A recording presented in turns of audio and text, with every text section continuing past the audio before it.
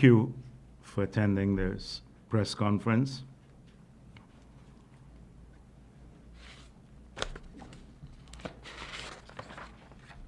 Over the past several days,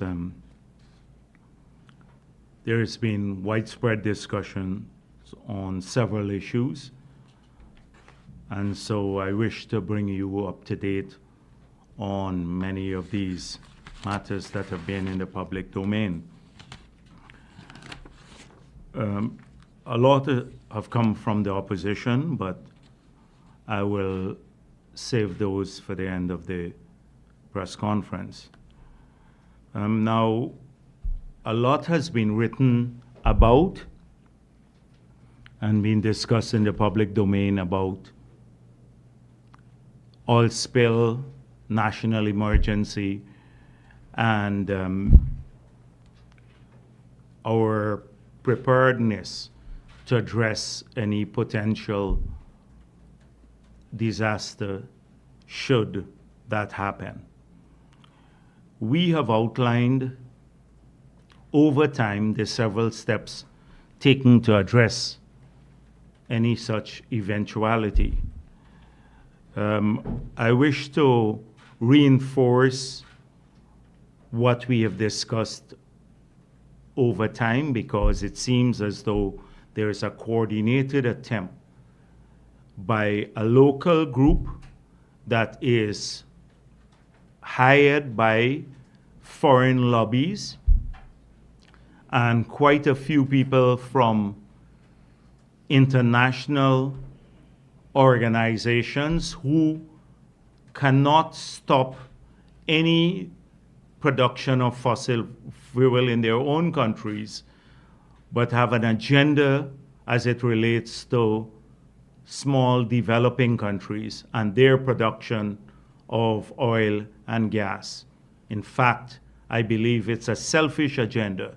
These international organizations want to prevent the development of the oil and gas sector in Latin America and the Caribbean, and in Africa in particular, so that they will continue to have global dominance in the production of fossil fuel. Since the market is narrowing, the demand is narrowing because of climate change, they want to preserve that market for themselves. And therefore, they're using these so-called friends of the earth and organizations that profess to be concerned about the environment to effectively block in developing countries the development of these sectors, because they can't do that in their own countries. For example, in the United States of America, they have now expanded the oil and gas industry to a level beyond any previous level of production any time in their history. That is where they are today. And that has grown enormously over the past several years. In the United Kingdom, they have reopened coal-fired gas plants, coal-fired plants to generate electricity. They have issued over 100 new permits for exploration for oil and gas in that country. And I can list the developed countries and what they're doing in terms of expanding production of fossil fuel. But these same countries or the same or some of the northern NGOs are collaborating with the local ones in spreading fear in many of these countries about the production of oil and gas. And so we have seen that happening here in Guyana. We have seen several attempts locally to block the gas-to-energy project. We have seen by some local NGOs operating at the behest and on behalf of and paid for by some international NGOs.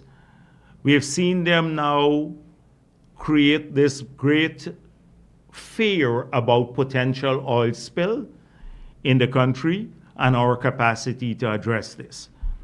So over time, we have been explaining about the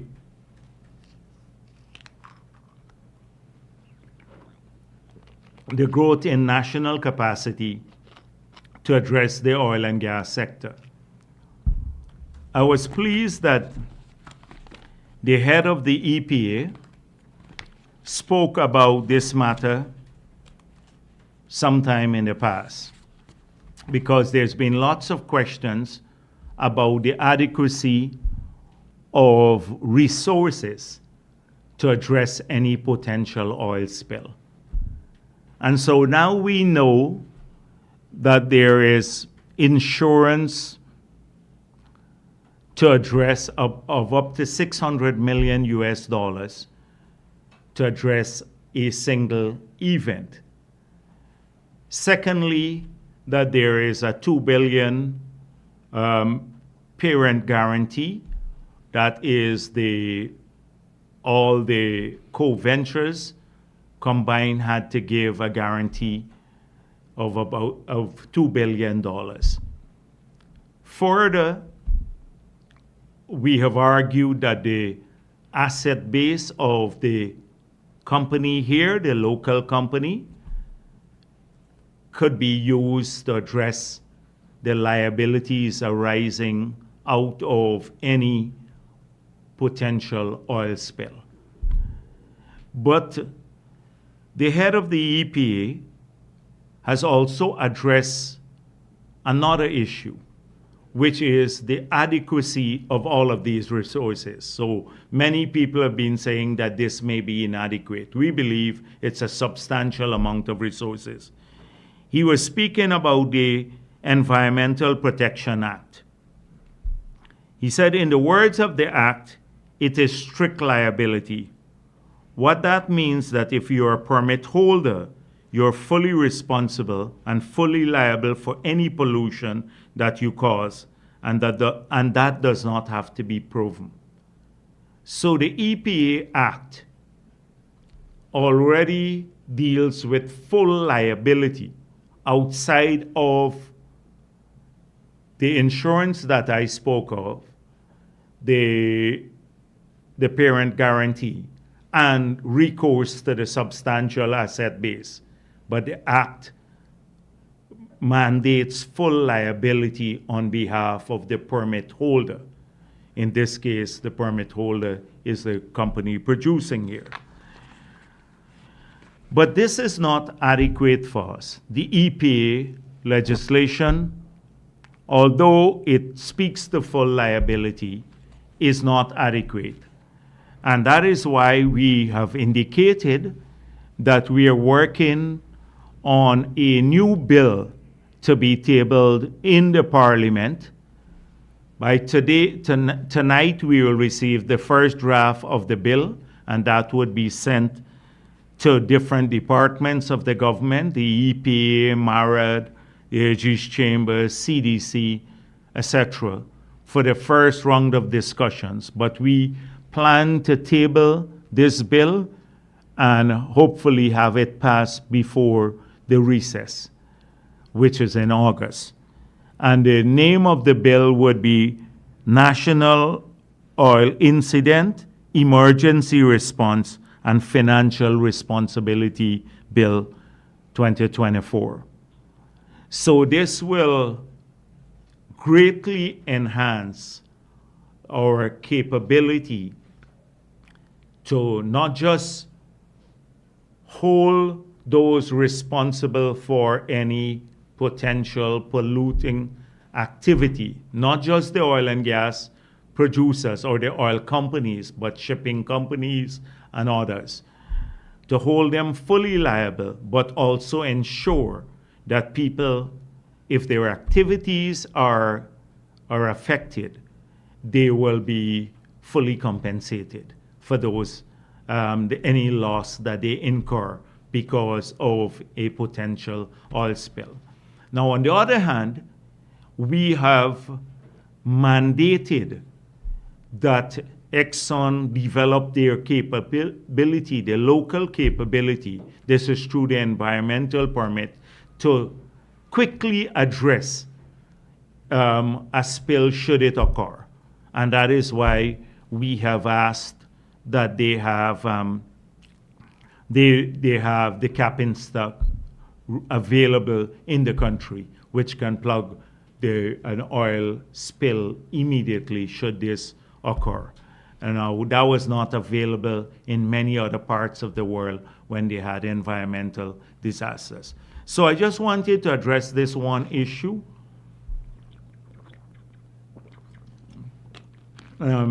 Because there have been several articles and several discussion groups, and I see somebody from Trinidad saying he's concerned about oil spill here in Guyana affecting the Trinidadian fishermen.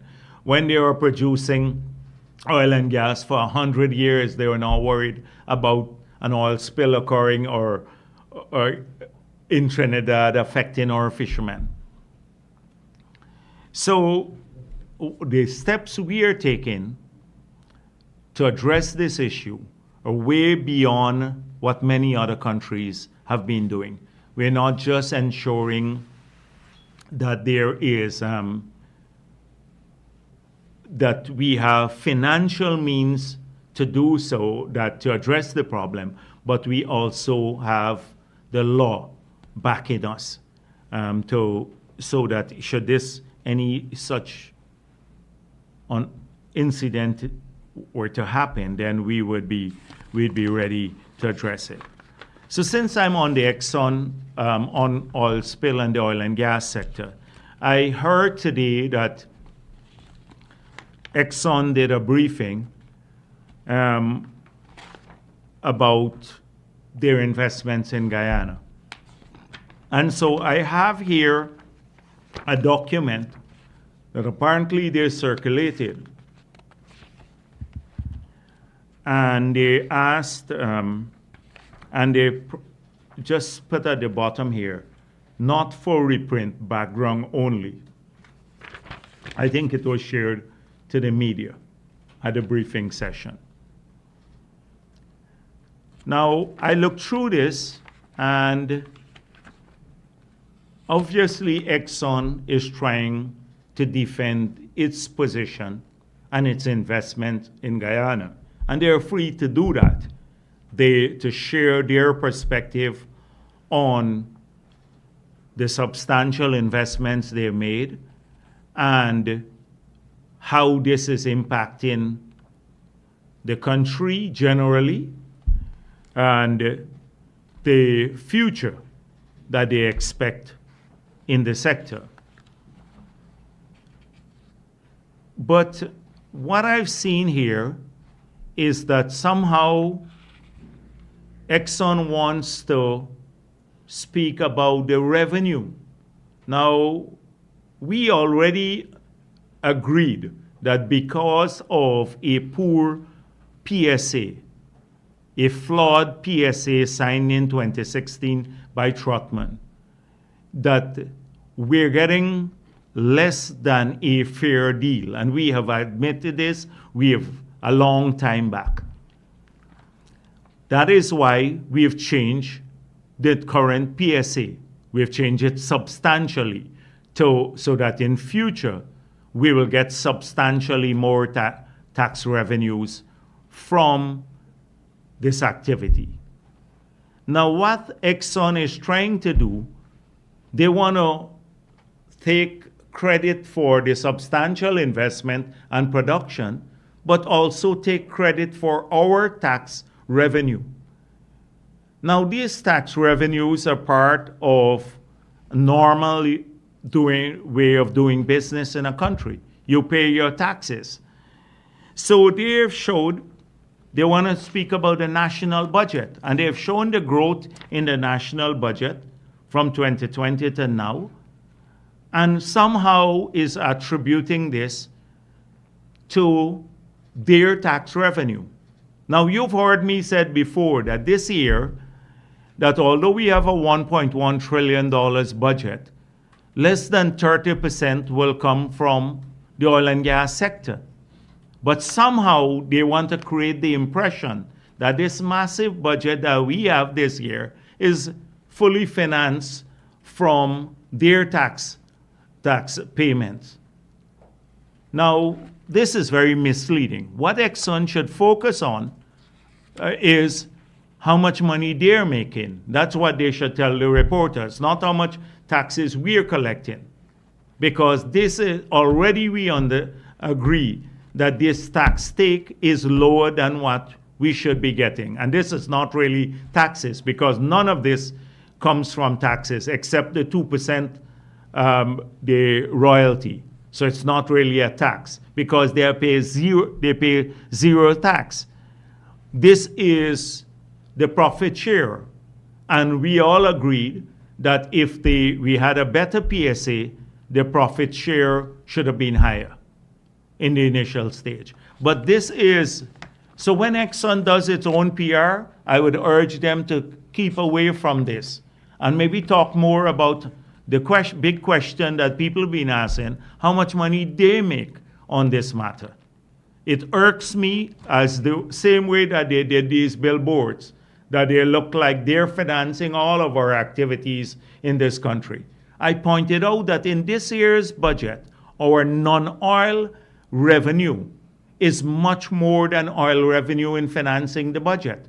It's over $400 billion of non-oil revenue that goes to finance the budget, and just about $300 billion that comes from the oil and gas sector. So this is, I called them and I said to them, in future, please stay away from this.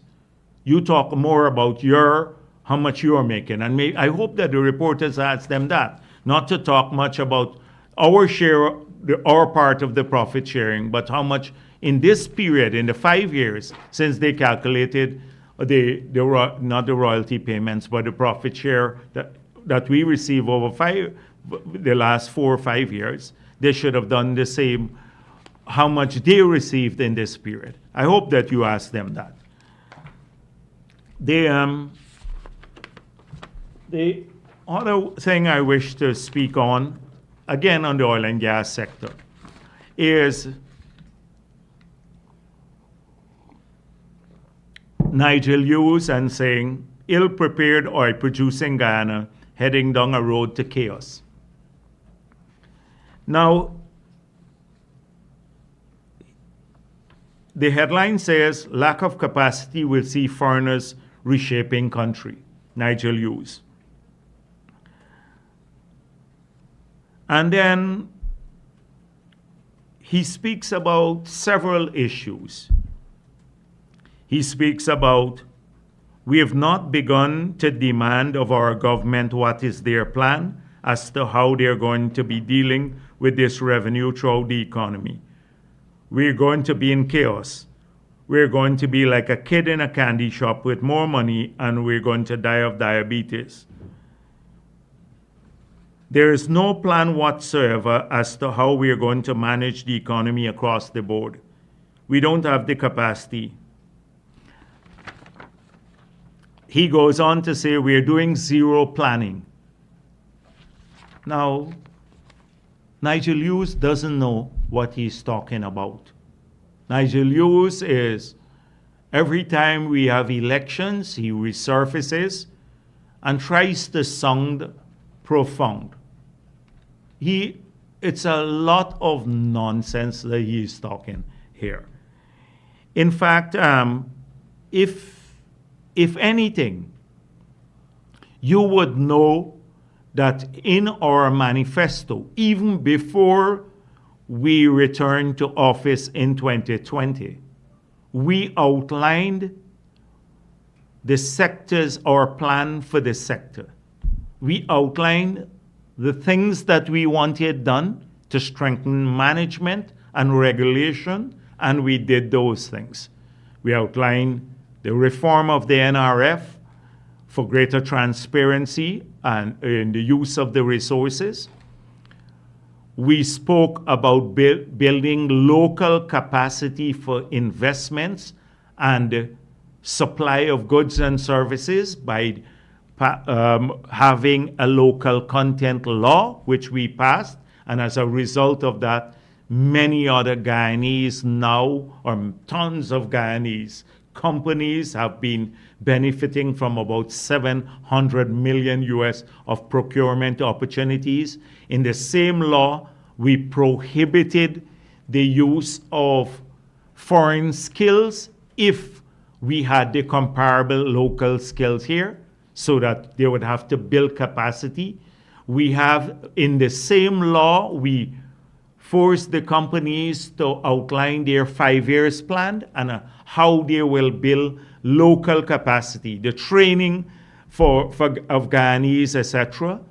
We are now building a college in Berbice to train more people for the oil and gas sector. We have funded tons of other programs, training programs, to build capacity. We outlined what we wanted to do with gas, the gas strategy. This was long before we got into office, a gas strategy to monetize gas. We're on the course to do this. We outlined how we'll use gas to generate power, to bring cheaper, reliable power to the people of this country. We have done that. We said we'll reform the PSA. We have done that. We said we'll reform the petroleum activities, the Petroleum Act. We have not just reformed it, but updated it in a new act now, the Petroleum Activities Bill. We have gone to auction. All of these things were outlined before we got into office. This is a government that knew what it wanted to do long before it got into office. We then, in the same manifesto, we said the sectors, we outlined the sectors in which we will spend the resources going forward. So when he said we have no plan, we outlined what the plan will be for oil and gas resources. We said that a substantial part of the resources will be saved in the NRF for intergenerational equity. We have established the NRF, and that is happening. Secondly, we said a substantial amount of money from the oil and gas sector will be invested in education. As a result of this, we have 50,000 people who are being trained now, 50,000 Guyanese who are benefiting from this. We're writing off the about maybe $11 to $13 billion of loans for those in the University of Guyana. We plan to possibly help those who had to pay their loans in the past, because we recognize it wouldn't be fair if we write off from those who didn't pay. But the people who paid from their own resources, they would not have benefited from the current write-off. We're doing that. We announced free university education from next year. We're using nearly $10 billion now for a grant for the children. This is what we're doing. We've outlined.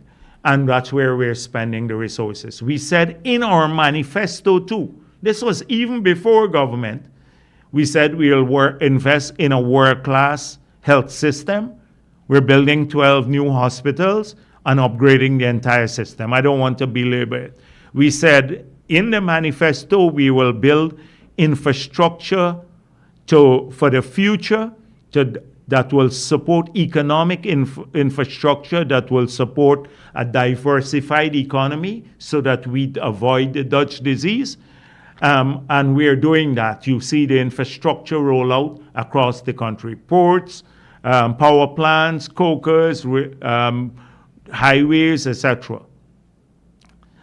We said we will do some conditional cash transfer, and we've started this with people for vulnerable groups. We started with the pensioners, our children, and also people with disability. And that will grow to other sectors. We outlined all of this. Imagine Nigel Hughes in 2024 saying this government doesn't have a plan as to how to utilize oil and gas resources.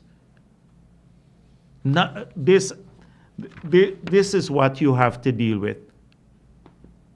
It's nonsense. and that the next 5 years will be chaos if we're not clear about it. We're clear where this country will be by 2030, now and in 2030.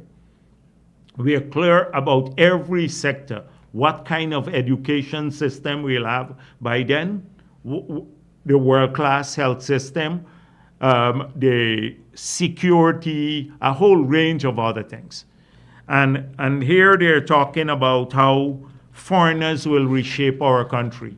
Foreigners can't reshape the country. They will do that under APNU, where they had no planning capability, and they couldn't even stand up to a mediocre investor, much less an Exxon Mobil. And we've seen this manifested in real things. Over a weekend, Trotman signed the new PSA. Guess who drafted the cabinet paper to take the draft PSA that Trotman signed to the cabinet for approval? Guess who drafted that? Not the government officials. Exxon Mobil drafted the cabinet paper, not the PSA, because I suspected they drafted the PSA too. But they drafted the cabinet paper to say to the cabinet, you have to approve this PSA. Exxon Mobil drafted that. And you're talking about capacity and about who will allow foreigners to reshape this country. We're clear. That is why we have launched the project, the biometrics project.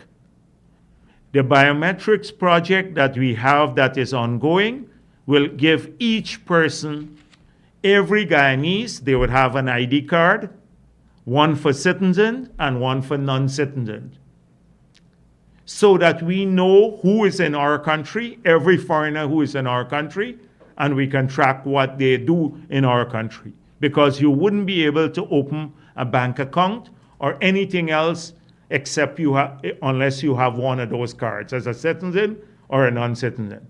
So we track everyone who is in this country. And we are making sure that our people, the people of this country, our people would have first preference in any case. That's why when Exxon threatened, and not Exxon alone, but all of the others said, if you pass the local content law, that we may go out of business. We said, well, fine, you may have to go out of business, but we passed the law, and they had to live with it, and they're doing well. But if we didn't pass that law and listen to the threats from these companies, 1,500 Guyanese companies would not be benefiting from $700 million of procurement opportunity today, because the French company would still be supplying food to the offshore people. And you would have had foreigners coming in here and building homes and apartments and renting it to the Exxon staff. Now they can't do that. If you're in the oil and gas sector, you have to rent from Guyanese. That is a prohibition. Security services, only Guyanese can supply that. Cleaning services, a whole range of other services, we carve these out exclusively for our people. You think of Nigel Hughes, because he was working for Exxon Mobil. You recall the PSA.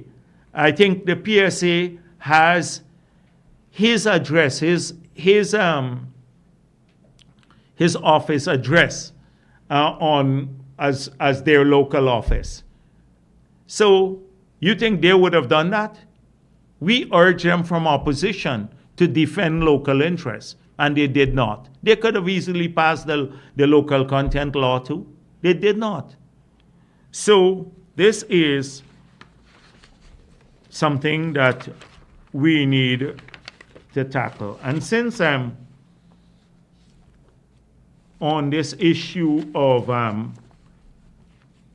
Nigel Hughes,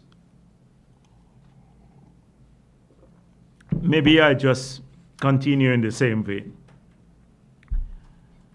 So many of you know that Nigel Hughes a few weeks ago, took objection to the police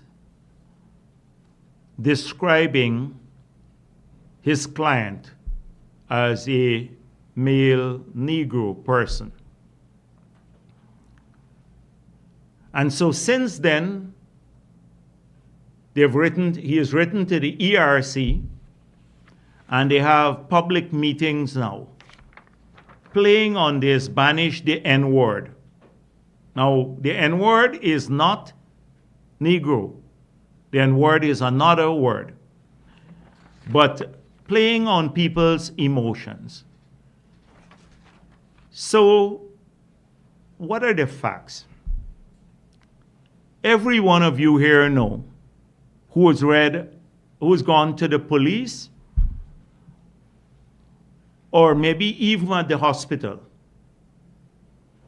that when they write up your chart, they often put East Indian or Negro. This is not today, since the colonial era. It's nothing new. The police, that's what they describe you, East Indian or Negro. That is from the colonial era. Nigel Hughes is fully aware of this. I have had my staff research how many cases he has taken to court in the past where his clients gave statements to the police and they were described as a young male Negro, etc. He saw those statements. He never objected in the past. You can have maybe 50 cases I can find where he saw this before. And he's not started practicing recently. He's been practicing a long time. So all of this, in the 5 years under APNU 2, it was there. In the 28 years under the PNC, it was there. Since colonial period. Now, on the day that Kidaki Amsterdam was arrested, and he was arrested for allowing a person on his program to say that he will cut off the head of the president, Anil Nandalal, Ashni Singh, my head, and put them on a stake by the seawall. So on that day, suddenly Nigel Hughes realized that the statement that he saw taken by the police had male Negro, described this as male Negro. It was a classic case of misdirection. So you create an issue about a matter that is not new because you know it's emotional. And you forget that there is a threat to kill the president, chop off his head, and everything else. It is the usual way of operating. Now, they have a public meeting on this. They wrote the ERC. Today at Cabinet, the issue came up, and the Cabinet uniformly said, we will accept, if these are old colonial things, because many people, I don't want to be called East Indian. I'm not an East Indian too. I'm not from the East Indian. It's part of it's not nationality, it's ethnicity that sometimes they describe. But I'm Guyanese too. And nobody has ever used at the press conferences, in our speeches, etc. It's mainly Afro-Guyanese, Indo-Guyanese, Amerindians. But we will consult with the people who matter, but not Nigel Hughes and Felix. Felix is the main offending character. He's resurfaced now. He, under the police, under his tenure, probably used this 1 billion times. And suddenly he finds the word offensive, the Negro word, because they're looking every day to resuscitate racism. Racism, it's all that they have to mobilize people. And so they're looking for emotional issues now. You know, people would say, how dare they this description, and that somehow blame the PPP for this. It's been wrong since colonial era. This is all that Nigel Hughes is capable of. Capable of. Not just misdirection, but this attempt to have now a public meeting on this matter.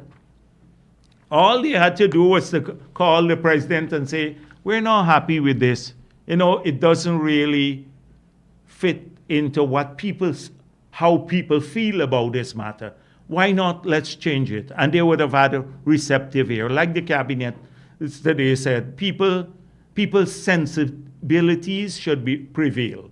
What people prefer themselves to be described as, we don't have a problem with that.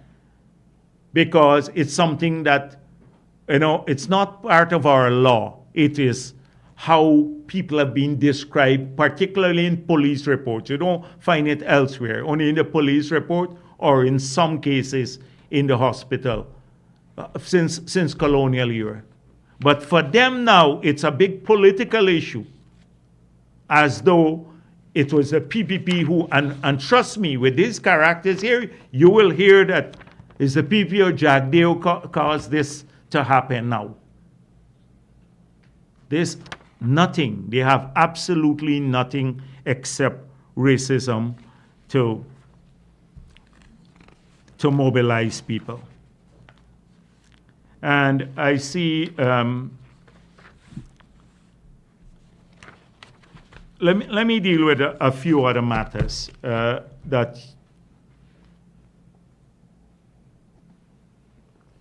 we spoke of in the past. So I had reported already that the Minister of Finance has had a meeting with all the sub-treasuries around the country.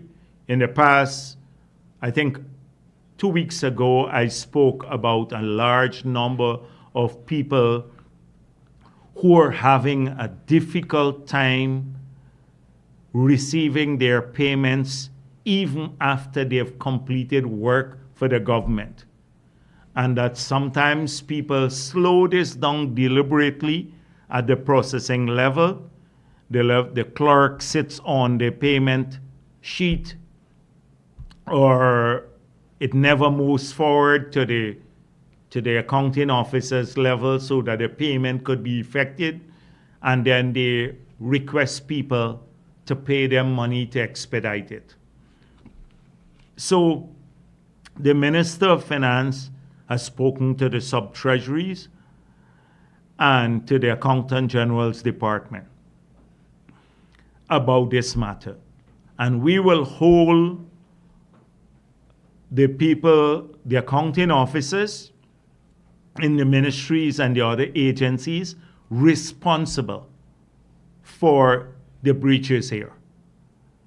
So he's already had that engagement at that level. We will give it a few weeks, maybe a couple of months, to see how it's working. And if the complaints that I receive from time to time, people come to Freedom House or the office of the president to complain about this, and they go to the president too, then we will have to take other steps to address this. But we will, first of all, see whether the engagement the Minister of Finance had with the accounting officers and those responsible for processing payments, whether this has led to an improvement in this situation.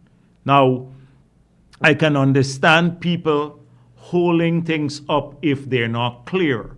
For example, if the requisite documents are not submitted, the bills are not there, or the work has not been certified, and the people are coming for payment because you need the work to be certified.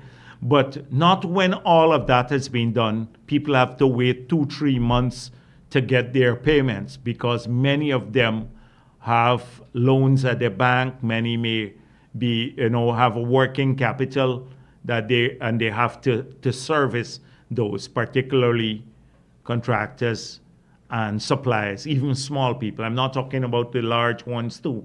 I'm talking about people with very small sums that they have to collect from the ministries. So that has been done. We have already started in many cases to address liquidating damages for contractors who have gone beyond the period for the implementation of the contract.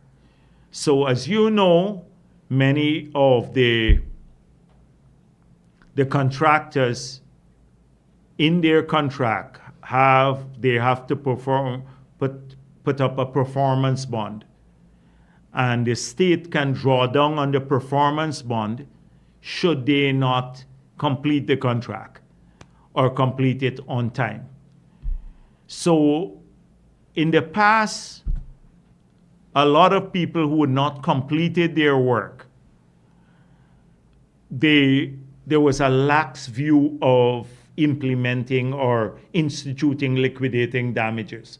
So, and liquidating damages simply mean for every day you delay after the project should have ended, as per contract, you have to start paying the government. There's a penalty, a daily penalty for every day that you're late in completing the contract. So the government has started doing that in many of the areas. Now, many companies, banks and insurance companies, are the ones that provide the performance bond. So I want to urge the banks and the insurance companies too, that if you're giving a performance bond, you better make sure that your client is doing the work too. Because at the end of the day, we will come against the bond that you have issued. And therefore, the insurance company or the bank will be called upon to perform, because we'll draw down on the bond from them. And so I hope that they are also paying keen attention to this matter, because sometimes they think that the issuance of these performance bonds is risk-free. But if your client doesn't perform, then the state has every intention of calling in the bond. And we're doing this with greater frequency now. There have been a clear instruction across the board that this should be done. Now, there are some mitigating factors.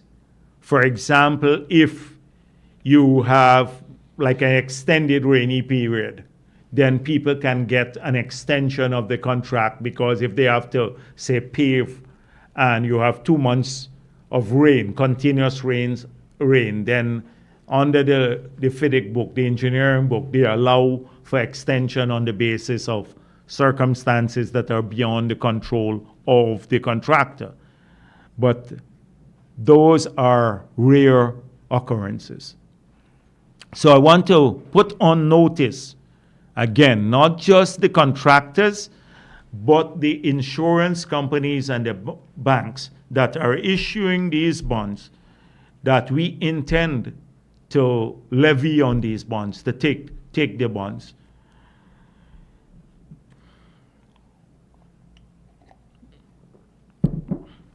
A number of contracts have also been canceled for people who can't complete the contracts.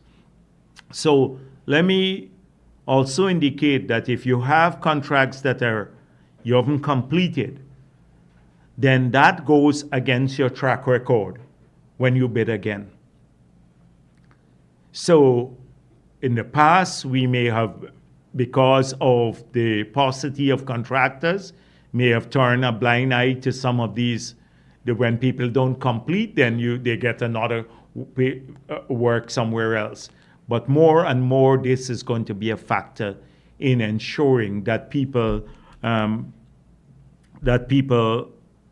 penalized for not implementing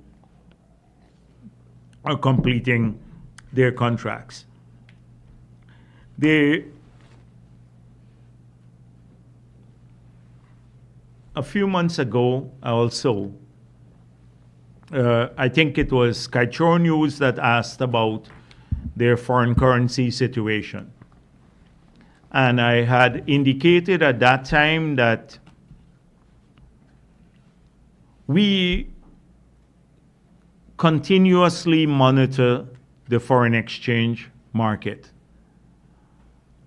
We know that with a rapid growing economy and with an increase in imports, that there will be greater demand for foreign currency.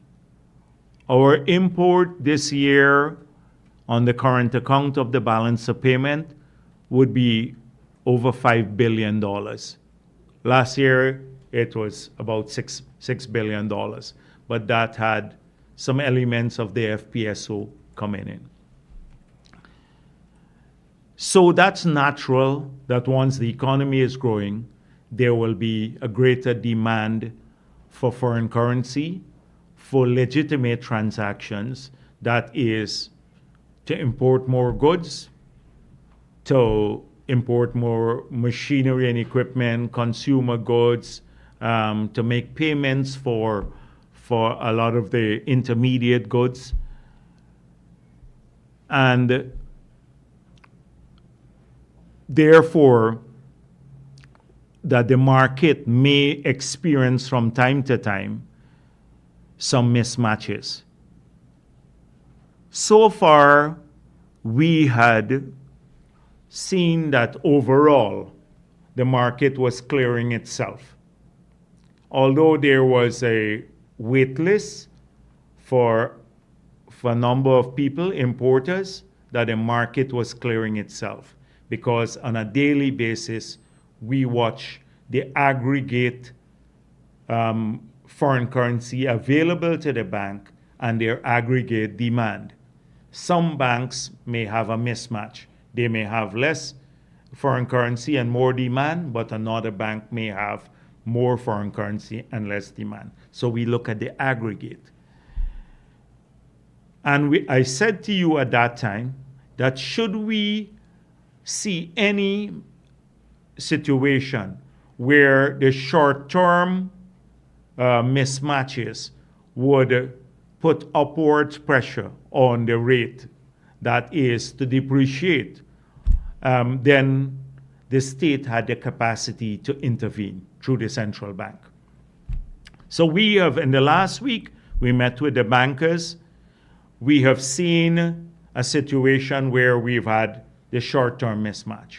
And we've asked the central bank, last week Minister Singh and I met with him, we've asked the central bank to make a major interjection in the foreign currency market. And this morning, most people said that the market is entirely cleared. Our capability is strong to do this several times in the year. We don't want the rate to appreciate too much because that would lead to another set of problems, but we don't want the rate to depreciate too. And therefore, we believe that the equilibrium that the rate has struck now is the ideal one for the economy. And we're keeping a close watch in the market. And as I said at that time, that when the right time comes, we will do so. The reason why we did this at this point in time, because the wait was a little bit too long.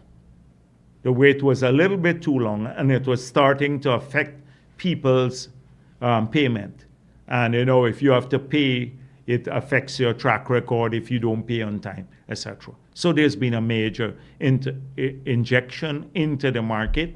You're not going to see it probably everywhere in the news, but I just wanted to reinforce what I said at that time, 2 months ago, that when the market necessitates an intervention on the part of the central bank, we will do so. And we have a capability of doing so. And we have done so in this regard. I've also indicated that some time ago that there's been some concern about the gold sales to the gold board and how these have diminished over time. Now I saw Kaichur News showed a table about how the decline in sales started, or declarations basically. And they looked at it from 2019, I think. If you go back from 2015, you will see that some in 2015, 2016, production from some of the big producers started. So the APNU period benefited from the investments that took place before, but they started producing in that period. I think it was Troy and another company. And so they were declaring over 250,000 ounces of gold per year. Now those have petered out, the large companies. But we're still very concerned about what's happening in the market. And we believe that people are not selling to the gold board to avoid the taxes. And we believed at that time that it was organized and that it was having an impact because many of the legitimate dealers were saying to us that people were offering rates beyond what the market can sustain, even beyond what the international market price was. And clearly, there was a demand for the gold, not for other purposes. We believe to externalize maybe ill-gotten proceeds. So at that time, I said to you that the government had ordered a full investigation into this matter. We believe now that we're starting to, or we have enough evidence about some of the people who are involved, and you're going to see additional activities against them. And so I'm saying this to them again, because you're going to, if you're doing this, desist from doing it, because the full force of the law would be instituted against you. And I would even advocate that we amend the law to institute even more severe penalties on people who have done this or who are doing this. So I just want to forewarn those, again, who have been engaged in this practice, that we know who you are, or at least some of the key players, and the law enforcement agencies of the government are coming after you. The airport, what you saw at the airport was just a tiny manifestation of it. This was intelligence-led, and we knew they were coating the gold with silver and taking it out of the country. And so I just want to say that because several months ago we discussed this matter. And I just want to tell you that a lot of work has been done by the law enforcement agencies to understand the intelligence work, the people involved, and they're going to face the consequences.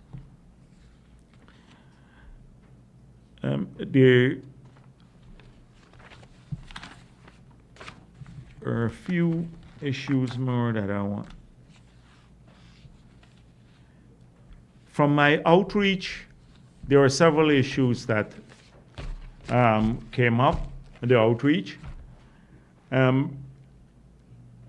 So we're addressing those. But one issue that has been coming up quite a bit is how people are treated by these security companies.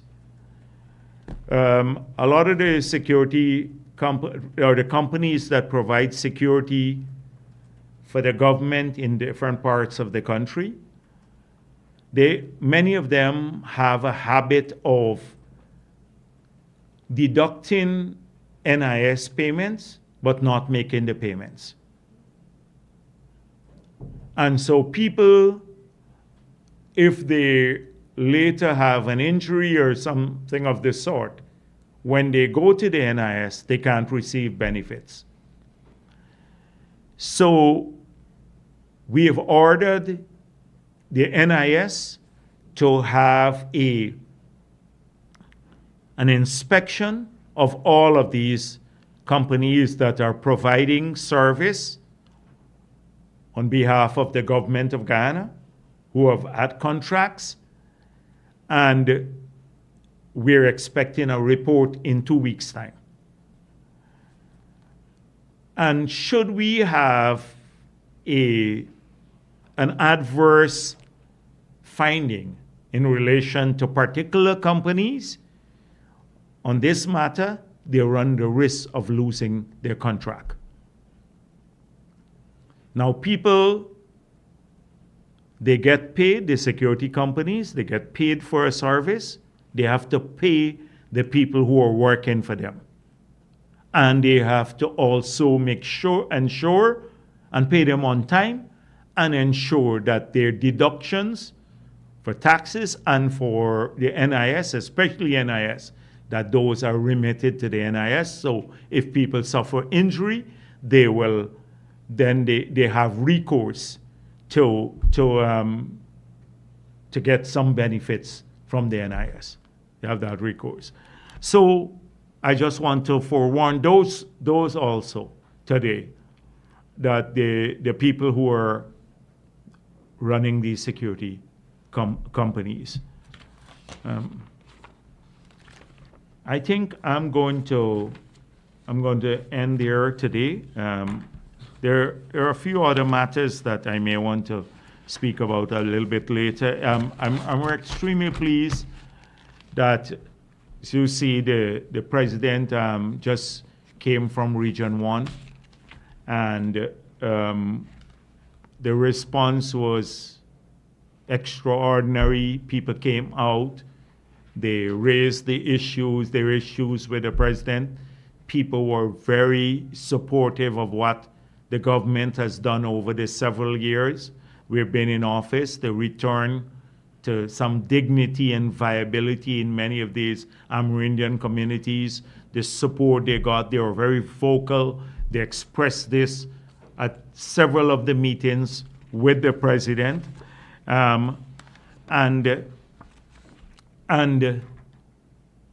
the president also outlined a lot of our plans for these communities. Now, in Region 1, the main issue was support for production, and also first of all, how do we do that?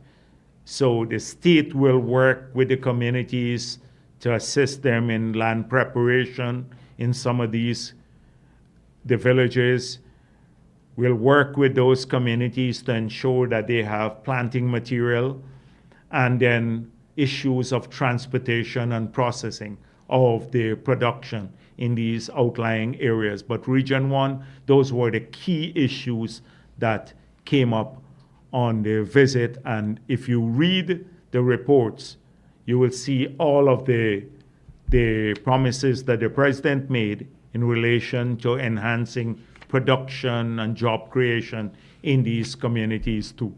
We have had enormous success in returning people to work in the past 4 years we've been in office from the doldrums of APNU, when people didn't have employment It was like you couldn't find a job in the private, you couldn't find anything to work. Large numbers of people are working, but in some regions we've been more successful than others. So that's why we're working now in the outlying areas to make sure that we can, outside of what we've done on the part-time job and expanding production, the employment through the CSOs, like in the indigenous communities, also to support economic activities, private sector economic activities that will generate more employment. We're very pleased about the interactions that the president has had in Region 1 with that community, and you've seen it. The Amerindian communities, people sometimes, APNU puts out a bridge that they built in Moruca. I saw recently they have a series called Lest We Forget. Lest We Forget. So now they put one bridge in Moruca, they built one bridge, and they expect the people, the indigenous people, to support them because of this bridge. I remember the vile words that they had to say about Region 1 because they got trashed in the 2020 elections in Region 1. And it's going to happen again next year.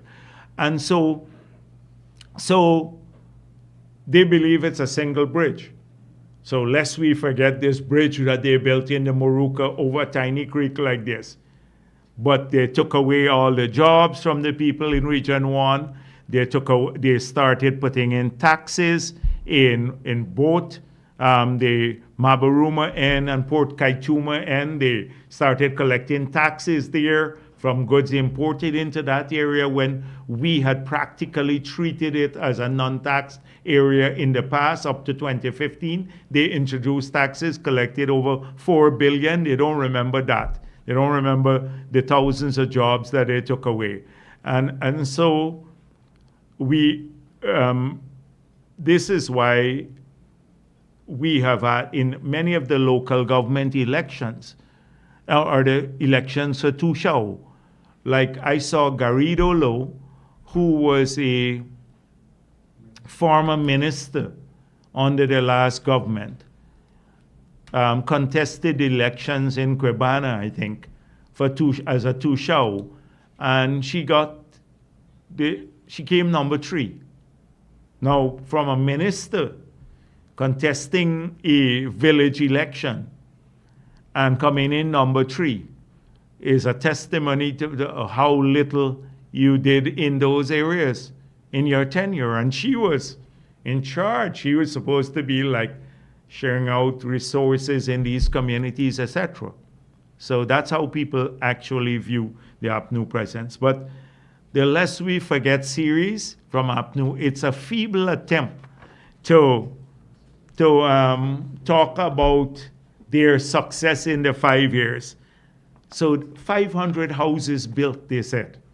I don't know where these 500 houses that they built, but I would be ashamed to say that I built 500 houses in 5 years. Or I'd be really ashamed to say that. And 3.1 million housing improvement subsidies for hinterland and coastal homes. It's like so mediocre. I'm ashamed for them, but they're proud of talking about this, their record, lest we forget. Well, we're not forgetting the rigging too. We're not forgetting that, lest we forget the rigging too. Or the constitutional violations, all 18 of them, or the not respecting the no confidence motion, or the taking away of the children grant. We're not forgetting that. Lest we forget that too. Lest we forget the 1 month bonus that they took away from the joint services. Lest we forget the 200 taxes. So I'm really sad for them. It's such a, we really should be I don't want to say much about their Congress, just to rub things in, but so I don't want to speak about that. Next week I'll talk about that at Freedom House. I talk about their Congress. So let me end there. Thank you. Yes, so whoever wants to start. Yeah. Scanner Chronicle, we saw that the mayor and city council passed a budget 6 months into the year. What is your take on this? Well, I think a lot of the councillors from our side pointed out that the budget was presented with very little information about past expenditure. And we know about the lack of audits in the city council for a large number of years. If you don't have audit, you can't verify how much you collect or spent, or collected or spent. So they operate in this opaque environment deliberately. It's not that they can't do the audit, because it's simple to get an audit done. You prepare the financial statements and you hire an auditor. It's not that they can't do it. They want to operate in that environment, because in that environment, you can spend on whatever you want. You're not guided by a budget like up to now. They spent for the first 5 months of this year. They're not guided by a budget. So who made the call on what they spent a substantial amount of money on from January 1 of this year to June? They were not guided by a budget. So it's the mayor and a few others who will determine what they spend the money on unilaterally. They love that sort of thing. When you operate in an opaque environment, you're not guided by a document. There is room for a lot of corruption and deals. And that's what has been happening in the city council for a long, long time. And they refuse to address it, in spite of all of the efforts on our part for them to do so. And any intervention on our part is seen as though we have imperial ambitions over the city council. We want to control this. We're starving them. They don't even account for the money that they collect in taxes. I've already pointed out that because they don't have a uniform system for doing the amnesty, you can walk into the city council and the two of us, both of us owe $10 million in taxes. You would leave with a write-off of $3 million, and I'd leave with a write-off of $8 million, based on your ability to pay the people in there. So I only have to pay $2 million, you'd have to pay $7 million. But we both have the same liability. Now, if they had a uniform policy to say we are writing off 20% for everyone, or 30%, then you don't need to go and see the mayor or the deputy mayor or somebody else to get your write-off. You just go to the treasurer or the treasury department, and they apply the 20% on your liabilities, and you get it. They don't want that to work too, because they want people to go into the office and make it look like it's a personal favor that they're doing for you. So I can go through. We know this. We know that this is how APNU operates.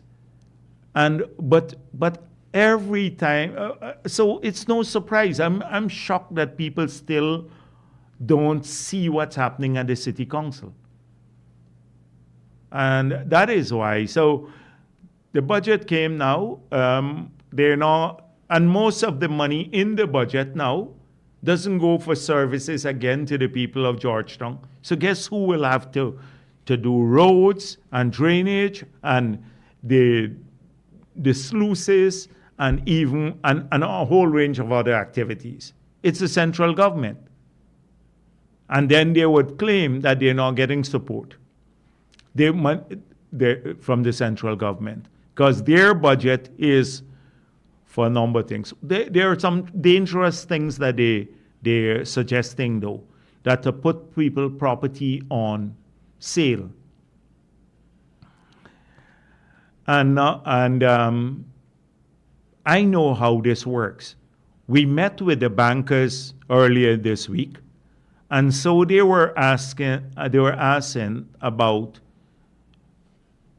the strengthened provision for them to recover their collateral, so that if they make a loan and you have a bad loan, then they can go to court and get a judgment and have the judgment executed. And then that is through the sale of the property so they can recover their collateral. They're saying that the system works slowly, so it compromises. There's a collusion to sell people's property below the market value. And I don't know where it's done at the auction, because they claim it's at the auction, or in some banks. So I said, we're not going to strengthen any law unless the law allows people, and I think we're going to institute that now, where the lowest value that you can realize at the third auction for the sale of the property. So if you have a property and it's worth $50 million, and they go through the auction and a person offers $10 million and they want to sell it for $10 million, the person who owns the property should have at least 1 month to match that offer. So I can easily get it disposed of at the same price. So then that allows, if you believe that they're underselling the property, you can easily match the offer, get someone to pay that price. Maybe they'll pay twice as much, but then you will get half of it. So it's the same thing I'm worried about, that when they announce the sale of people's property, knowing the corruption in City Hall, that they can now sell off your property just like that, and through corrupt transactions. And you recall at local government elections, they were saying that it is the PPP that who will sell out your property in Georgetown if we win the local government elections. That's what they were pushing. They were saying, we're even building the boulevard, the Independence, Independence Boulevard, so that the properties there would be more attractive and we'd sell them out to people, our supporters. Now we see the true nature of APNU. So at the City Council, this is usual business there. I'm sorry I went on so long for a City Council matter there, but I'm very concerned about what's happening there. Good afternoon, Dr. Jagdeo, Shervin Belger of Kaiser News.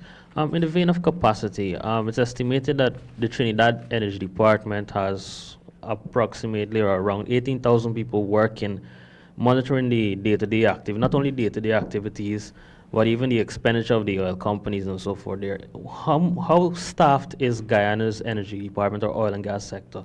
Is it understaffed? Is it fully equipped? Does it have the capacity? Sure. Especially given the fact that we have seen some glaring findings in the recent audits involving ExxonMobil.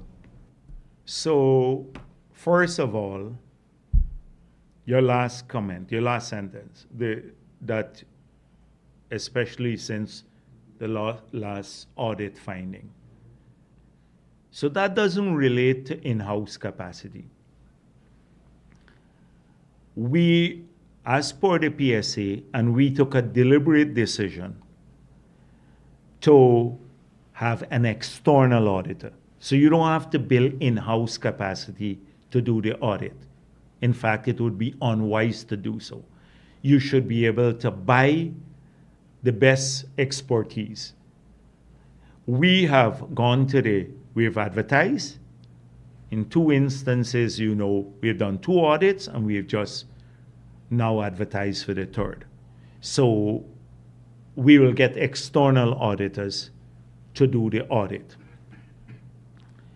They are not restricted in any way whatsoever in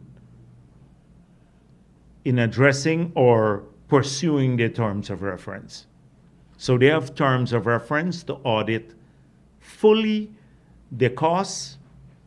So if it's $7.3 billion of expenditure over a particular period, they have to do a full audit of the costs to ensure that the resources are spent, first of all, on the business, and that the costs are not inflated.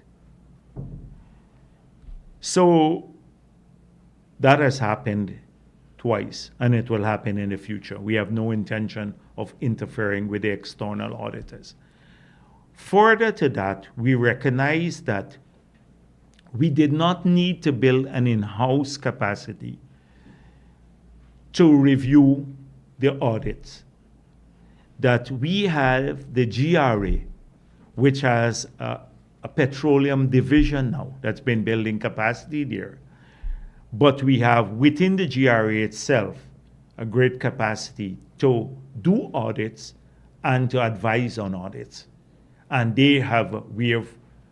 although the obligations to do the audit or the obligation to do the audit is a ministry's obligation according to the PSA, the ministry acts on the advice of the GRA.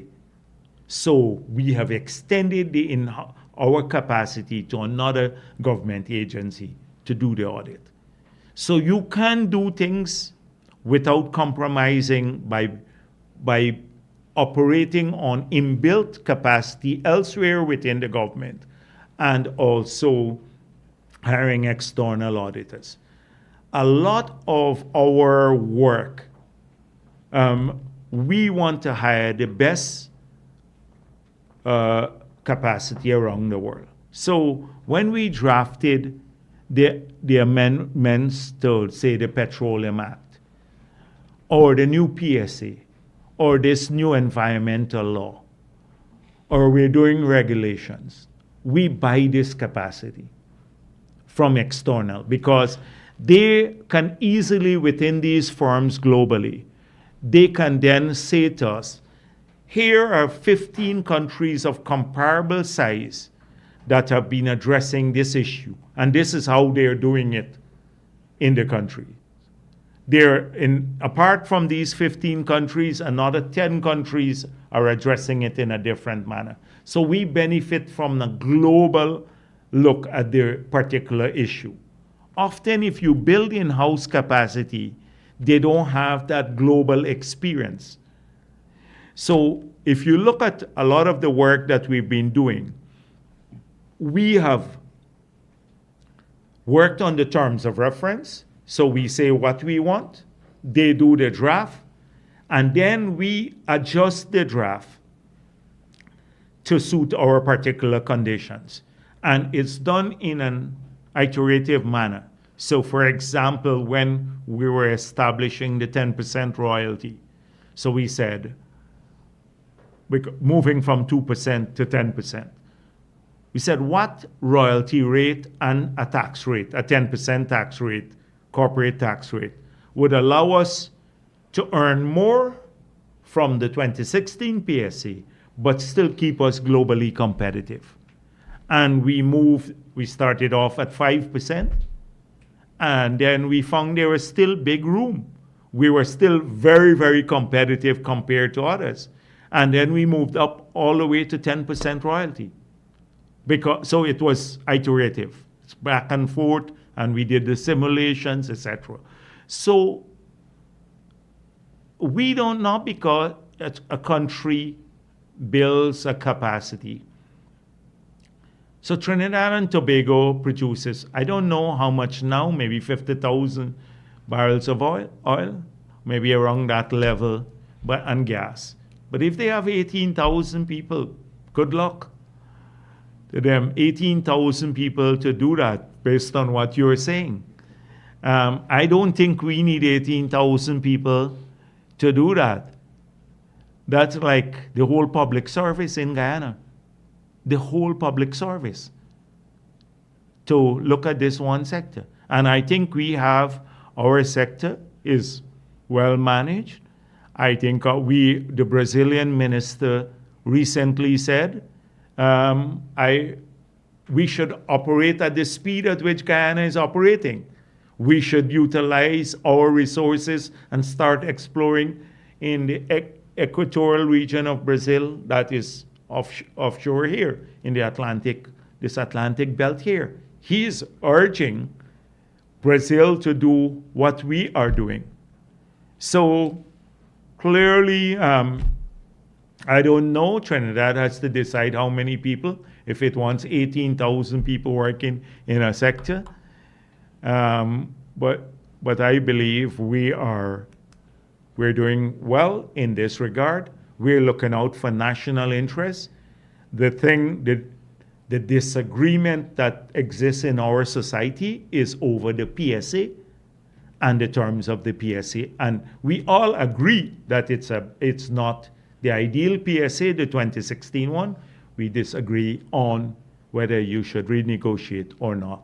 That's the difference here. But it's not on the basis of whether we are getting the right share now, because we've demonstrated that we are getting our share, but it's a small share. It's a small share. If I may follow up, if you could probably shed some light on how the government, you mentioned buying the best capacity. How did the process that the government go through to ensure that these capacity buying are credible and not going to be? Yes. So we advertise. You advertise. So that's the only way you can look at it. If you go and handpick people, then they would say, look, you handpick. You advertise the supply, and lots of these companies are globally known, but we have done something else. We look at the best global capacity, but we also want our people involved. So sometimes we take the unusual step of trying to get them to break in, like with the audit. So, like Nigel Liu saying the foreigners will do everything. Look at the audit. We have 4 Guyanese companies now being part of a consortium to work along with the external groups to do our audit. We should be proud of that our own people are building the capacity to do that. It's not in government. It's in the private sector, but it's national capacity, not government capacity, but national capacity that we can turn to at any time. So we should be proud of that. But we do it often through tenders. Any vetting like of the company background support? Yeah, but you could like, so you always have issues like, I remember when IHS Market was at the beginning were hired, there were lots of concerns about IHS Market and working for the oil and gas company. But it is the same IHS Market that found that Exxon did not, that we shouldn't agree to $214 million being part of the cost bank. So it's subjective often.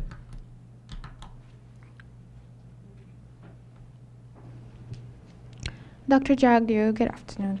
You talked about the national EID cards just now. And the government would have said that the first set of EID cards would be issued in the second quarter of 2024.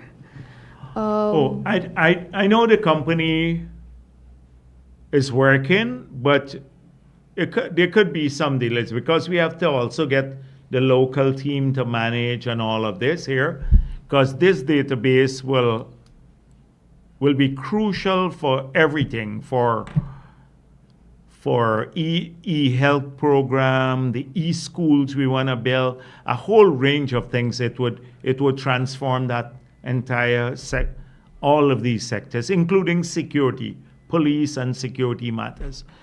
So I don't know, there is a delay with the issuance of the ID cards, but it's a project that is alive and it's going well. We did not change the ID card requirement for so this is a second ID. We didn't want to deal with the ID that GCOM issues independently, because if we had done that, you would hear APNU complain all the time about it. So this here, they would have complained up to now that we're trying to rig the elections, although they're the only riggers in our history that we know of. On June 4, the Starbrick News released a report stating that the IACHR released a report stating that the government violated the rights of the Akawayos in Isinero. Yeah. What is the government's response? So I discussed this matter with Gail Tisher, and they intend to respond to the Inter-American Commission on Human Rights. And she said the tenure of the response will be that we don't agree with their findings. I believe these bodies are alienated from what is happening here, and often they're activist bodies and very subjected to individual hypes. If they were to come to this country and compare indigenous people with any part of Latin America and the Caribbean in terms of benefits from government directly and on all the basic things, on education, healthcare, employment opportunities, water, housing, you will see that not a single country in this hemisphere, in the OAS, has treated indigenous people the way we have done. You ask the same body whether any of these countries have an Amerindian Act, whether they have an Amerindian Act. We have an Amerindian Act which outlines a clear pathway to dealing with land questions. We defined when a community is eligible to apply for title lands. They have to have a certain number and be resident there for 25 years. We outlined a process in which the ministry has obligation. You check the entire Latin America whether they have done so. You check in Latin America if indigenous people, like when we got into office, they had 6% title land. Today it's close to 15% of Guyana. 15% of Guyana. Whether any country in this hemisphere has done that.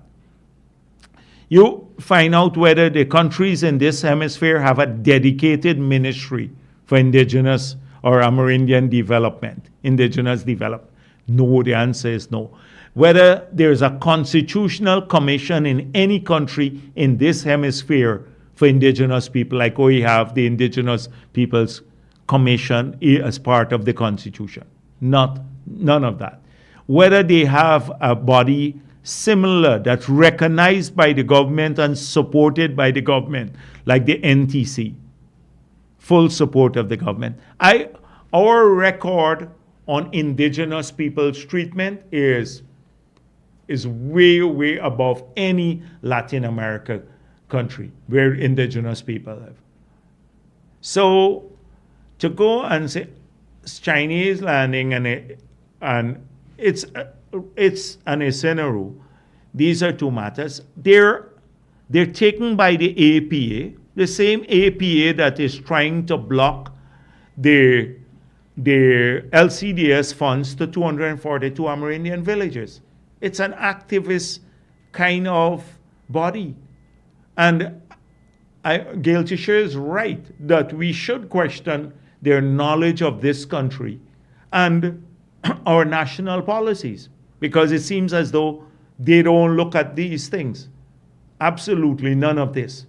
And if they were to look at it, they would probably withdraw this report or this I don't know, it's findings that they had, because it's based on partisan sort of advocacy. So we're going to respond. She said that our ministry is crafting the response.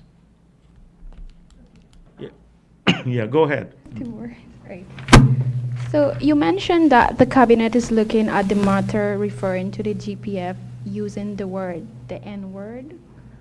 Has The Negro word, not N-word. It's a Negro word. It's N-word is a different word, right? Because that's what Nigel used and the others are trying to make it look like, because that has international connotations. If you say N-word, people think it's a different word. It's a word Negro that they've been using, and East Indian that they've been using in the police force. And if it's time to change it, we're all for changing it. You don't hear any government official saying this. The same Felix was using this all the time. And now he holding a public meeting to say we must change it. Never once raised that with me when he was commissioner of police. He was commissioner of police under me. You think any day he said, Mr. President, could you change this word? I feel uncomfortable with my staff writing this word. He never did. He wasn't uncomfortable there. Nigel Hughes wasn't uncomfortable until the Kidaki Amsterdam issue. He wasn't uncomfortable because he was going to quote all the statements that I have here with me tons of cases where Nigel Hughes clients, he saw the statements. That's the way it was described historically throughout the whole period. Now suddenly they have an issue because they want to make it look, they need something. They need something to create unease and to spread racism in this country. These are the dying, fight against a group, a growingly desperate group. My question. Okay. So the government is scheduled to resume talks with GTU on June 10th. And in the meantime, is government concerned about the learning loss that children may have experienced? Yeah, we're very concerned, and we think it's unreasonable. And if you want to negotiate, they believe that we should negotiate on the duress too. You shouldn't negotiate on the duress. So the thing is that at some point in time, we're starting to work on several models. This e-school model, as I said before, maybe in the future, if we have a proper e-school model, then parents can choose that rather than physical school. That's in the future. But it must be, a child must be able, even going through an e-school system, to be able to get the same level of tuition and have the same level of successes as if they were going to physical school. And we should present it as an option to the parents of this country. Secondly, we have to, in the future, examine whether we'll give parents a voucher to send their children to a private school or not. Because if we're spending $700,000 now per child, and it costs $300,000 to pay for the school fees for the child, we might as well give, in some areas, the parents the $700,000 per child, and then let them pay for the school kids. And what this will do too, this will present more opportunities for private schools. So we would have to explore that too. And thirdly, we are not going to compromise on this issue that as we go to a world-class education, you can't be teaching our children anymore with 2 subjects CXC. In the past, we may have accommodated that. We will provide you an opportunity to upgrade. We're going to pay for your scholarship, but you have to study if you're in the environment, because we want better quality teachers. So that will have to happen in the future. And people who don't want to do that, because as you go up, you can earn more with degrees and everything else. You start getting higher allowances. And that's where we will focus the increases to the most qualified teachers in the future, that you have to do that. Then we have to look at performance too.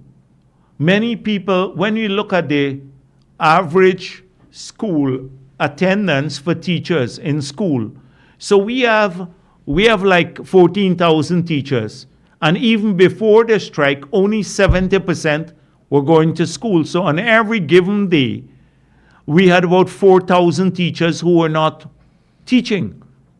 About 4,000 teachers who were not teaching because of, they absent on a daily basis. Now, not all of them on every day, but different ones.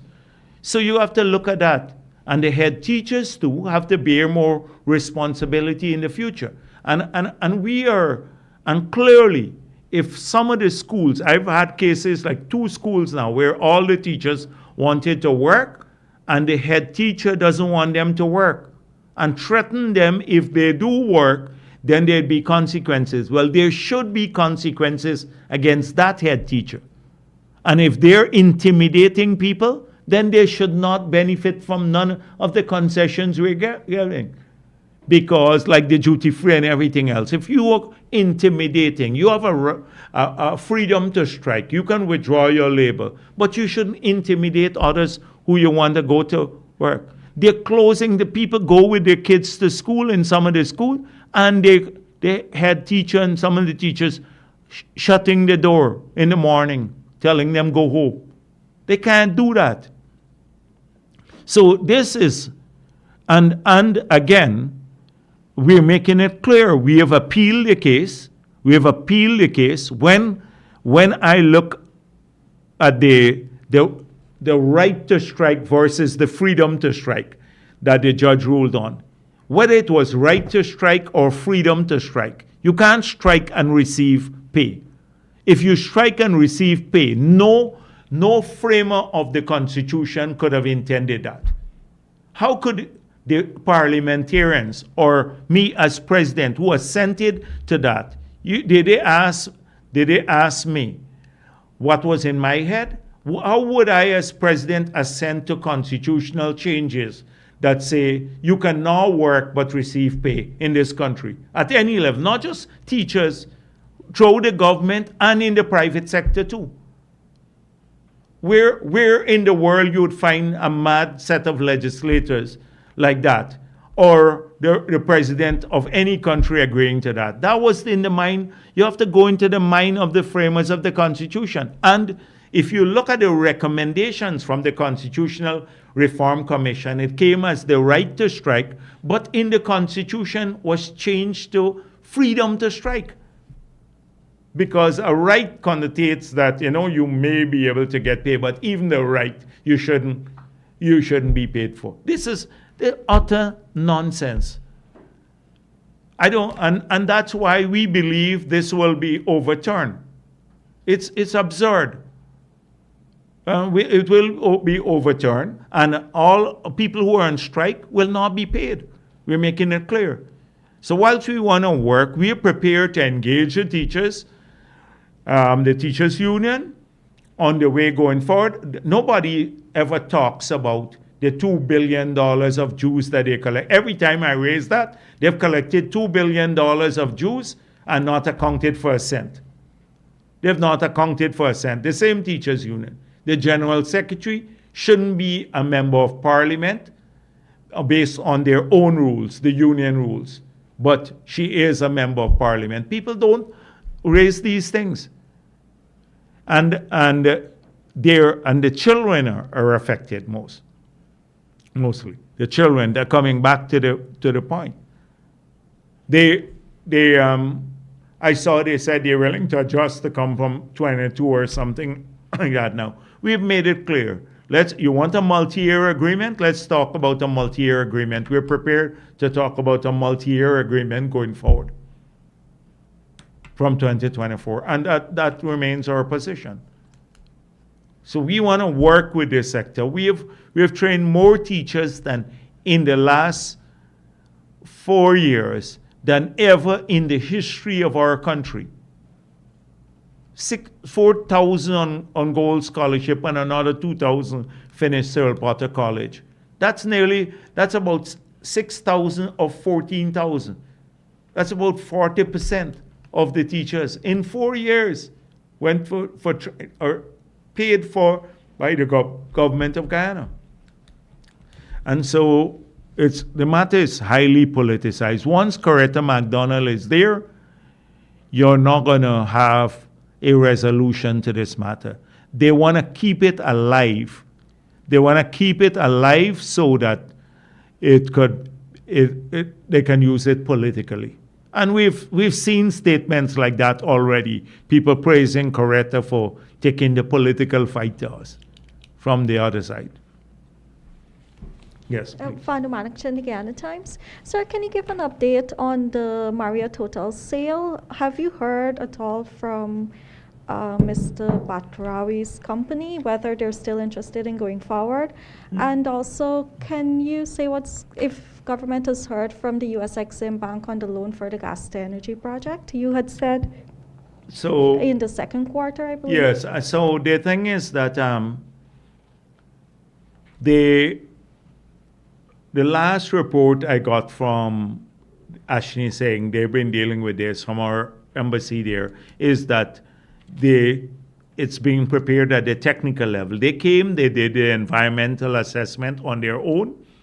So that was a good thing that they came because of the attempt by these local people linking up with foreign NGOs to try to block it. So there was an independent assessment of the entire project, including the environmental issues. And so I think as soon as that report is ready, then it will go to the board. I don't know exactly when, but I believe we maybe a month or two. I have to find out from Ashley. I didn't follow up on that.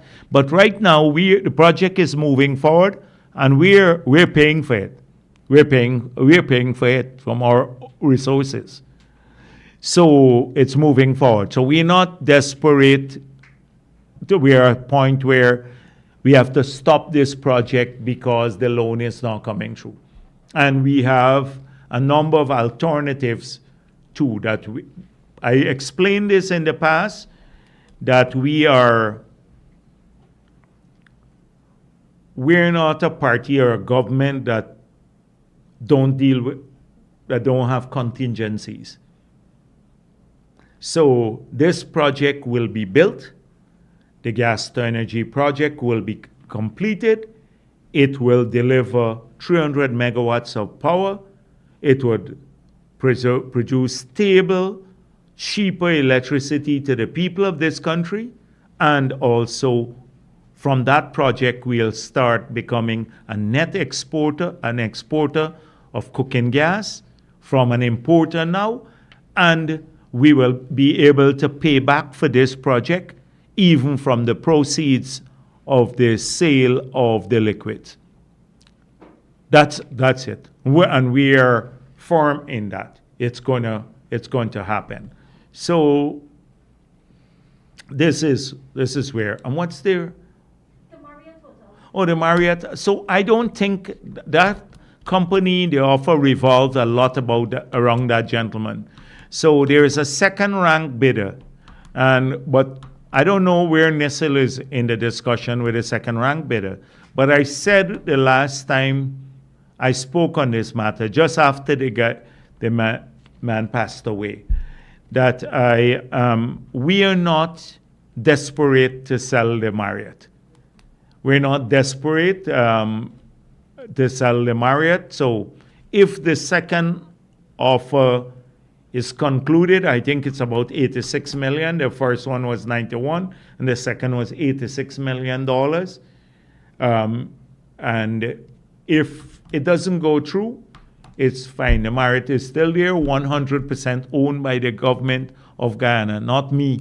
As Glenn Lyle said, I own the Marriott there. Still got to come back to me. He promised me to bring me the details about a year and a half now, how I own the Marriott and who owned the Marriott. He didn't show back. Plans to retender if the second bidder. There is no urgency. There is no urgency in any of these matters. It's state asset. It's there, and it has great value. It has great value, and I'm so pleased that We spent 50-something million dollars, and we got like that off of nearly $90 million. Yes. Dr. Jagdeo, good afternoon. Liron Bramalensi. And just two things. One, you spoke about miners not paying taxes to the gold board, not selling their gold to avoid taxes. From the investigation, is there an approximate value on how much taxes are being lost? And to tie to that, the gold smuggling, is there... No, what I was saying is that the evasion, if you smuggle, you don't pay the royalty and the others. So it's a loss of taxes too. So that is what I meant by that. But the magnitude of the smuggling, I don't want to speculate, but we're going after the people who are doing it. And when I spoke about it about a couple of months back, we were dead serious about it. We're dead serious then, but there's been a lot of quiet work by the law enforcement agencies, and I want to say again that people who are involved, they're going to feel the full weight of the law enforcement agencies and the laws of Guyana. And yesterday, a businessman, Frank Stanley, trying, if I can quote just to be sure, be prepared for significant price hikes in consumer goods and other items due to over 150% surge in freight costs. I know government has been putting a number of measures in place to address these issues. Is a discussion going to be had? Frank Stanley, yeah. Subsequently, I think he removed the post because what is clear is that when there was a price hike in freight, the freight charges moved from just around $2,500 and $3,500 for a 20-foot and a 40-foot container to about $20,000 per container, just the freight to move it from China to Guyana, the same container, in the COVID period, because there were shortages. What we did is we kept the old freight rate constant. So you pay taxes on the CIF value of the goods, the cost, insurance, and freight. So if the costs remain the same and the insurance remain the same, if the freight had gone up significantly, that means our taxes would go up. So it would complicate them. It would even make it even more inflationary. We kept the old freight rate for the calculation of the taxes. So they did not pay any more taxes than they were paying before. So the entire growth in costs was the freight, the cost that they were paying, the increased cost for freight.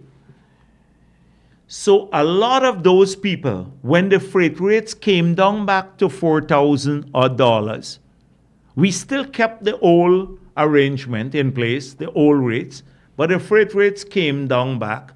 They never adjusted the price for the consumers. They kept the same selling price, but they had this huge benefit. So now the freight rate has gone up back. We don't believe that there should be major pass-through of these rates to the consuming public. So I would urge people not to buy from some of these people who are using every opportunity to almost gouge. They want to gouge the consumers. So I saw another businessman, I can show you, he posted that increases in taxes. There's no increase in taxes we're using because of the higher freight. We're using the old freight rate too. I might want to mention his no, maybe I shouldn't mention his company here, but they're planning to gouge people. Now, clearly the freight rate has gone up. And what has happened is because of what's happening in the Red Sea, because of the Yemenis, the Hutu,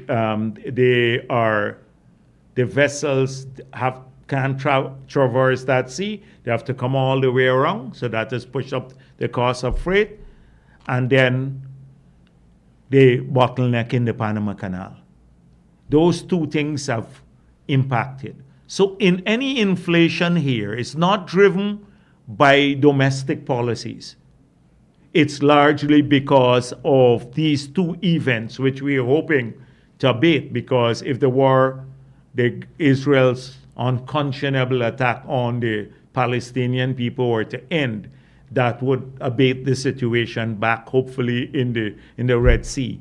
And then I think the Panama Canal, because it was in the drought period, they had water shortages there. So that's coming back to normalcy. But I think some of these people are looking to gouge the consumers all the time. Many of them never adjusted their rates downwards from the COVID period. And we have, by keeping the rate constant, on an average, we probably give up about $5 to $8 billion a year by keeping the lower freight costs so that they don't have to pay higher taxes. So you lose $5 to $8 billion of revenue. And all of the other interventions we have made is to keep their prices constant. We have fared better than other countries, but still there is inflationary pressure only because of the imported inflation, not because of what we're doing. So I want to urge people to go carefully and shop sensibly. Sorry.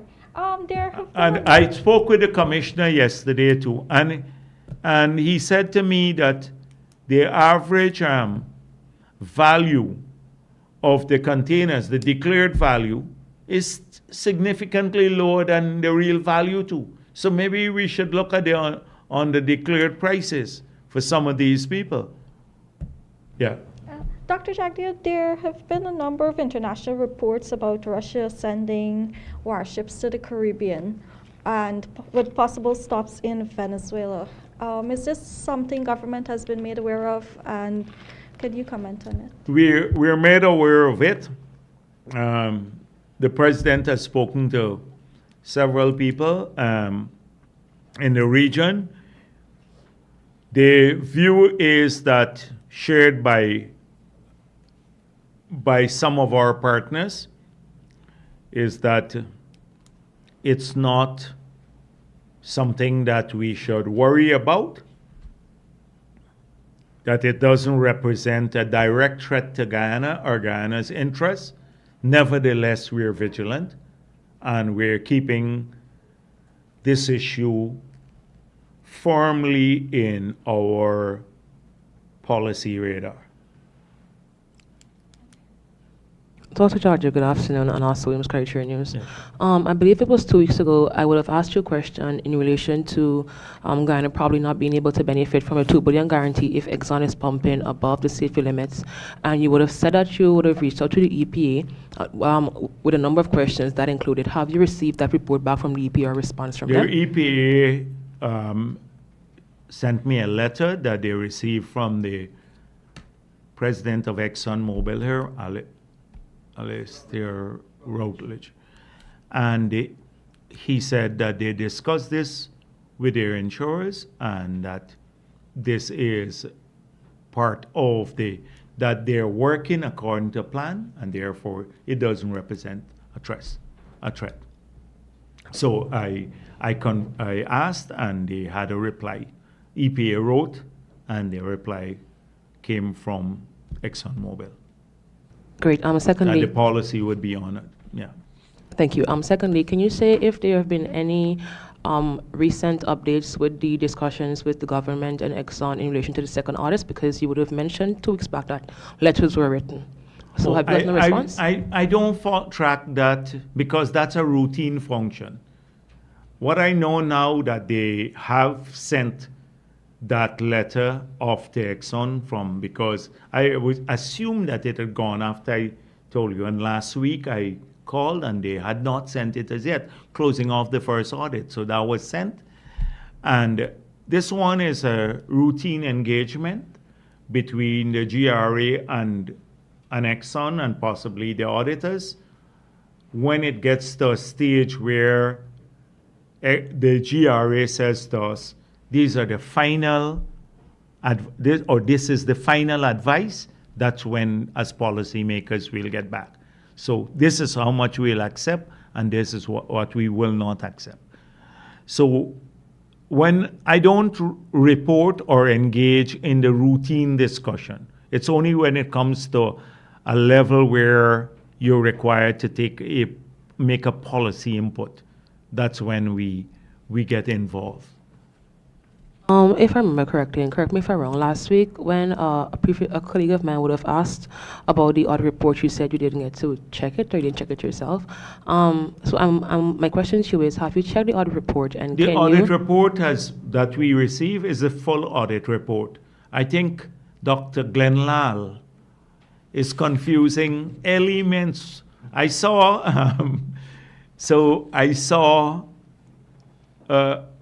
Floyd Haynes. Did you see his response?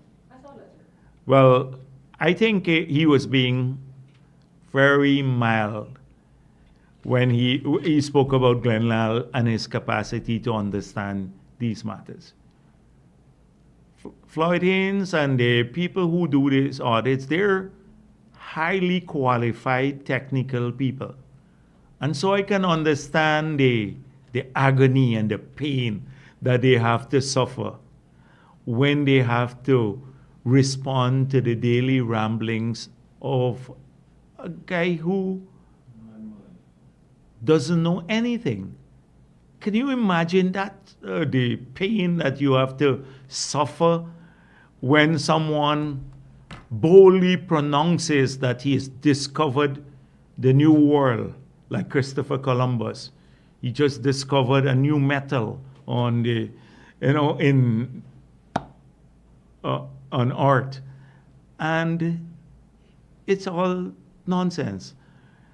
And then you have to, on a daily basis, weekly basis, respond to these things. These people are professionals. They have financial firms in Washington, merchant bank, and it is really something that I don't know. I can handle it because I'm a politician too. So I can, on a weekly basis, give him a little cussing and expose his mediocrity or stupidity. But for those people who are busy and they are investing, and for them, for their integrity to be impugned every week by a near madman, it must be troubling, because these guys live in a financial world. And when you write in the newspapers that they were compromised in the audit, or they didn't do a complete audit, and you can't even spell the word audit, then you are really doing a disservice to those people. And so I should apologize to people like Floyd Haynes, to them, and this is welcome to Ghana. Well, he's Guyanese, so he knows a bit of it, but I still think it bothers people like him that we have to suffer through this every week. Yes, please. And finally, can you say if the U.S. $2 billion guarantee that we have, if it covers our Caribbean neighbors? I see the Trinidad and right, the Trinidadian concern and stuff like that. The Caribbean neighbors cater for Guyana. Do they cater? You think the Trinidadians, when you ask them, what if they have an oil spill? Do they have money to cover our liabilities here? Just ask them that. Yes. I said the president, yes, has been in contact with our partners, and our partners. So there are several people. I had a chat with him this morning, and there are several. but our partners. Yeah. Thank you.